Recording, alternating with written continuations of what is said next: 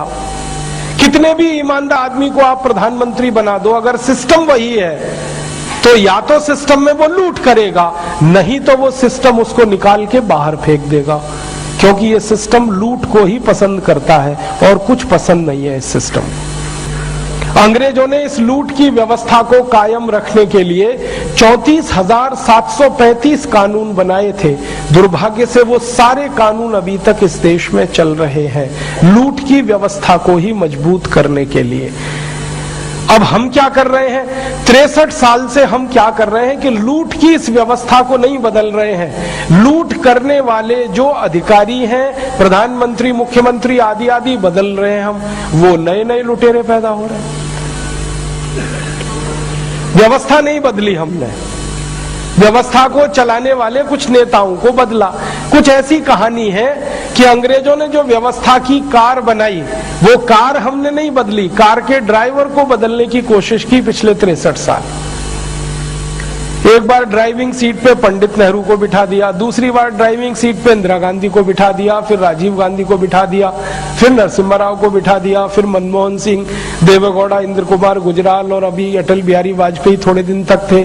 Car वही चल रही है अंग्रेजों के जमाने वाली, ड्राइवर बदल रहे हैं, तो होने वाला क्या है?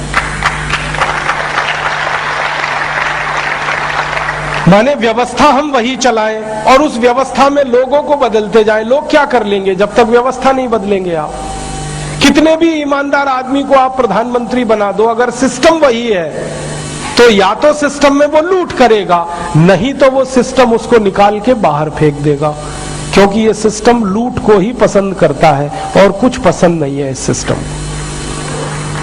आप जानते हैं इस अंग्रेजों के बनाए गए व्यवस्था तंत्र में भारत के कई ईमानदार लोग गए और सिस्टम ने उनको बाहर फेंक दिया, क्योंकि वो लूट पसंद नहीं थे।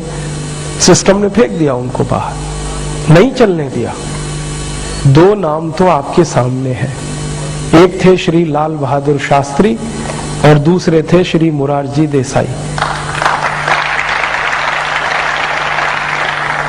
दोनों ऐसे प्रधानमंत्री थे जिनकी ईमानदारी की कसम खाई जा सकती है।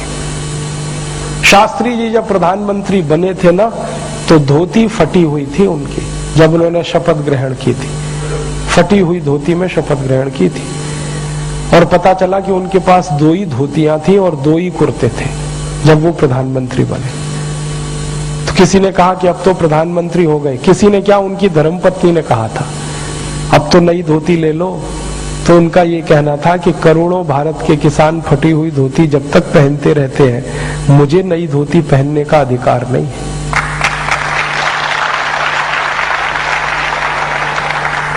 ऐसे ईमानदार प्रधानमंत्री जब घुसे सिस्टम में, तो सिस्टम ने उनको बर्दाश्त नहीं किया, निकाल के फेंक दिया, मार डाला, हत्या कर दी उनकी। अब तक सारी दुनिया को यह बताया गया कि शास्त्री जी की मृत्यु हुई थी हृदयघात से, और मैं 20 साल से ये चिल्ला रहा हूं। मेरी पुरानी कैसेट अगर आप सुन लें तो उसमें आपको पता चलेगा कि वो मरे नहीं थे, हत्या की गई थी उनकी, मर्डर था। क्योंकि रूस में ताशकंद में जब वो गए पाकिस्तान से समझौता करने के लिए, तो शाम तक वो स्वस्थ थे और रात को अचानक से मर गए। तो भारत में जब रिपोर्ट रिलीज हुई थी तो ये कहा गया था कि उनको हार्ट अटैक हुआ। हार्ट अटैक उनको हो नहीं सकता क्योंकि बीपी उनका नॉर्मल था, शुगर उनको थी नहीं, ब्लड प्रेशर उनको था नहीं, हाइपरटेंशन था नहीं, हाइपोटेंशन था नहीं, शुगर थी नहीं, अटैक हो ही नहीं सकता। कोलेस्ट्रॉल नॉर्मल था, ट्राइग्लिसराइड नॉर्मल थे। जब वो गए थे तो उस समय उनके सारे चेकअप हुए थे, उसकी रिपोर्ट दिल्ली में दर्ज है, वो सब मैंने देखी है। वहां तो ये हुआ था कि रात में जब उन्होंने बातचीत पूरी की पाकिस्तान के साथ, तो उनका एक रसोइया उनके साथ रहता था हमेशा, जिसको वो साथ लेके जाते थे, और उनका नियम था कि किसी दूसरे के हाथ का बना हुआ खाना नहीं खाते थे, वो रसोइये के हाथ का ही खाते थे। उनके रसोइये का ताशकंद में अपहरण हुआ, कुछ लोग उसको पकड़ के ले गए और उस रसोइये की जगह पर एक दूसरे व्यक्ति को रसोइया बना दिया गया। और शास्त्री जी अक्सर रात को दूध पीते थे, खाना नहीं खाते थे अक्सर। रात का खाना उन्होंने तब से छोड़ा हुआ था जब से अमेरिका के साथ उन्होंने एक समझौता रद्द किया था। अमेरिका से आप जानते हैं लाल रंग का गेहूं आता था PL 480 योजना के तहत, शास्त्री जी ने वो गेहूं लेना बंद कर दिया था, तो देश में गेहूं की कमी आ गई थी। तो देश के लोगों को शास्त्री जी ने अपील की थी कि गेहूं की कमी है और मैं अपमानजनक शर्तों पर अमेरिका से गेहूं नहीं ले सकता, तो सारा देश मेरी मदद करे, सप्ताह में एक दिन लोग व्रत करें, उपवास करें। तो भारत के करोड़ों लोगों ने सोमवार को व्रत रखना शुरू कर दिया था। ऐसे थे शास्त्री जी। और जब लोगों को व्रत करवाया तो खुद भी व्रत करते थे, तो शाम का खाना नहीं खाते थे, खाली दूध पी के सोते थे। तो रात को उनके दूध में जहर मिला दिया गया। और किसने मिलाया? नकली रसोइया जो उनका रखा गया, असली रसोइयों का अपहरण करके, और उनके असली रसोइये की बाद में हत्या की गई थी। ये सारे सबूत भारत सरकार के पास हैं, लेकिन सरकार इनको लोगों को बताने से डरती है, क्योंकि उस हत्या में ऐसे कई बड़े लोगों का हाथ है कि जिनके चेहरे खुल जाए तो शक्ल दिखाना मुश्किल हो जाएगा। कारण एक ही था कि सिस्टम में शास्त्री जी फिट नहीं थे, क्योंकि वो बहुत ईमानदार थे। ये सिस्टम ईमानदार लोगों को बर्दाश्त नहीं करता, क्योंकि ये लूट का सिस्टम है, इसमें ईमानदार आदमी रह ही नहीं सकता। और दूसरा उदाहरण मोरारजी देसाई का है, जिनकी सरकार 2.25 साल भी नहीं चल पाई और गिरा दी गई। तो लूट के सिस्टम में तो लुटेरा ही फिट बैठेगा।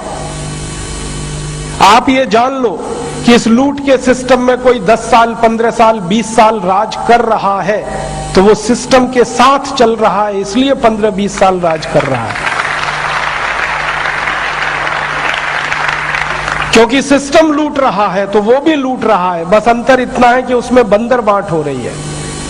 और सिस्टम के साथ जो अच्छे से बंदर बांट कर लेगा, उसी की नौकरी, उसी की सिस्टम में डिमांड 15 साल, 20 साल तक रहेगी। तो आप समझ लो, कोई 5 साल मुख्यमंत्री रह गया, कोई 10 साल, कोई 15 साल। कारण क्या? उसने भी लूटा, सिस्टम को भी दिया, इसलिए रह गया।